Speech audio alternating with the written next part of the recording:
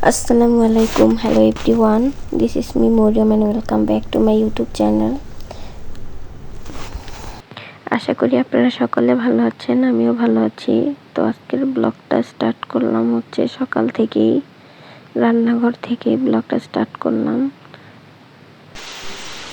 দেখেন গাইস, সারাদিন সারা রাত টানা 2-3 দিন একসাথে বৃষ্টি হওয়ার পর বাড়ির এই অবস্থা। ওই যে হাঁস মুরগির ঘর, প্রায় 3 থেকে 4 দিন হয়ে যায় হাঁস মুরগিগুলো একবারই বের হতে পারে না। এভাবে যদি আর কয়েকদিন টানা বৃষ্টি হয় তাহলে আবারও বাংলাদেশ বন্যার পানি দিয়ে তলিয়ে যেতে পারে।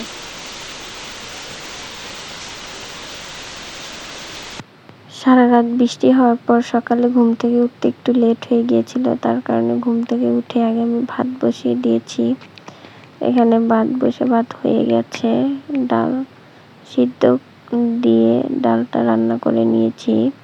দেখতেই পাচ্ছেন এখানে ডালের মধ্যে আমি হলুদ দিয়েছি। আমি সব সময় ডাল রান্না করার সময় অল্প পরিমাণ পানি দিয়ে ডালটা আগে সিদ্ধ করে তারপর ডালটা ঘুটনি দিয়ে ঘুটে তারপর হলুদ দিয়ে ভালোভাবে নেড়েচেড়ে তারপর পানি দিয়ে ডালটাকে ভালোভাবে জাল করে নিই, যার কারণে ডালটা খেতে খুবই মজা হয় এভাবে ডাল রান্না করলে। যাই হোক, এরপর আমি গরুর মাংস রান্না করব। তো এখান থেকে গরুর মাংসটা আমি ভালোভাবে ধুয়ে নিয়েছি। এখন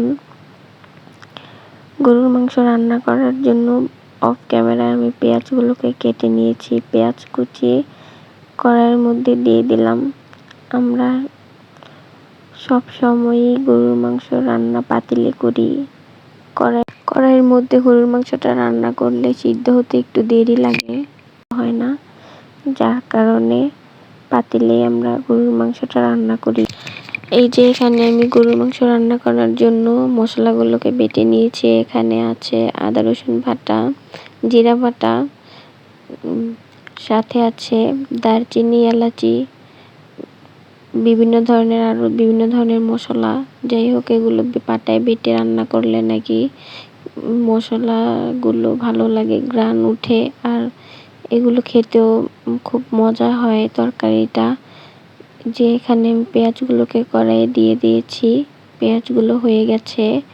এখন আমি এখানে বাদামিভাবে পেঁয়াজগুলোকে ভেজে নিব।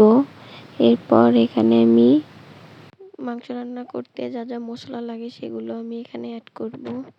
যাই হোক, পেঁয়াজটা ভালোভাবে ভেজে এর মধ্যে এখন আমি দিয়ে দিব আদা রসুন বাটা, যেটা আমি একটু আগেই বেটে রেখেছিলাম, ওগুলোই আমি এখন দিয়ে দিব। আদা রসুন পরিমাণ মতো দিয়ে ভালোভাবে পেঁয়াজের সাথে মিক্সড করে ভালোভাবে নাড়তে থাকবো।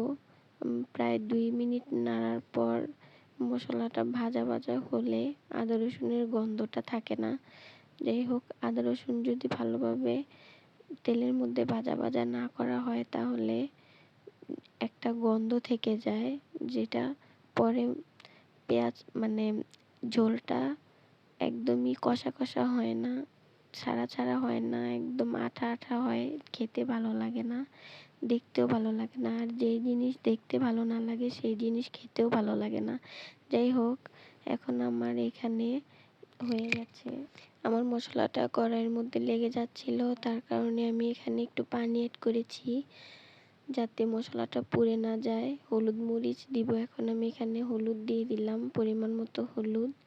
তারপর দিয়ে দিব পরিমাণ মতো মরিচের গুঁড়া, দিয়ে ভালোভাবে নেড়ে নিব। অনেকক্ষণ নাড়ার পর যখন দেখব যে কড়াইয়ের মধ্যে একটু লেগে লেগে আসছে, তখন আমি এখানে আরও একটু পানি অ্যাড করে দিব। পানি অ্যাড করে দেওয়ার পর এখানে আমি আরও কিছু মশলা অ্যাড করব। আপনারা দেখতেই পাচ্ছেন এখানে আমি এখন দিয়ে দিব ওই যে বেটে রেখেছিলাম যে গোলমরিচ, দারচিনি এলাচি ওগুলোই আমি এখানে দিয়ে দিব। ওই বাটাটা দিয়ে এখন আমি ভালোভাবে কষিয়ে নিব যতক্ষণ পর্যন্ত মাংস মশলাটা থেকে তেল সরে না যায় ততক্ষণ পর্যন্ত। এখানে আমি আরও দিয়ে দিয়েছি ধনিয়ার গুঁড়া, জিরার গুঁড়া। যাই হোক, মাংসটা বড় ছিল তাই মাংসটা একটু কেটে নিলাম, যাই ছোট ছোট মাংসর পিস হলে মশলা ঢুকে মাংসর মধ্যে। যাই হোক, এখন এই যে দেখতেই পাচ্ছেন এখানে আমার মশলাটা ভালোভাবে কষানো প্রায় হয়ে গেছে। এখন আমি এখানে মাংস আর একটু ভালোভাবে নেড়ে চেড়ে একদম তেলটা যখন উঠে আসবে তখন মাংসটা দিয়ে দিব। তো এই যে আমি মাংসটা দিয়ে দিয়েছি, একে একে সবগুলো মাংস এখানে দিয়ে দিব। মাংসটা দেওয়ার পর ভালোভাবে নেড়ে চেড়ে ঢাকনা দিয়ে ঢেকে দিব কিছুক্ষণের জন্য। এই যে এখানে আমি জিরা বাটাটা পরে দিব, যার কারণে আমি জিরা বাটাটা এখন দেইনি। এই যে অন্যদিকে আমি যে ডালটা বসিয়েছিলাম সেটা প্রায় হয়েই গেছে। এখন আমি এদিকে মাংসটা একটা বলক এসেছে। এখন আমি এখানে যে জিরা বেটে রেখেছিলাম ওই জিরা বাটাটা এখন এর মধ্যে দিয়ে দিব।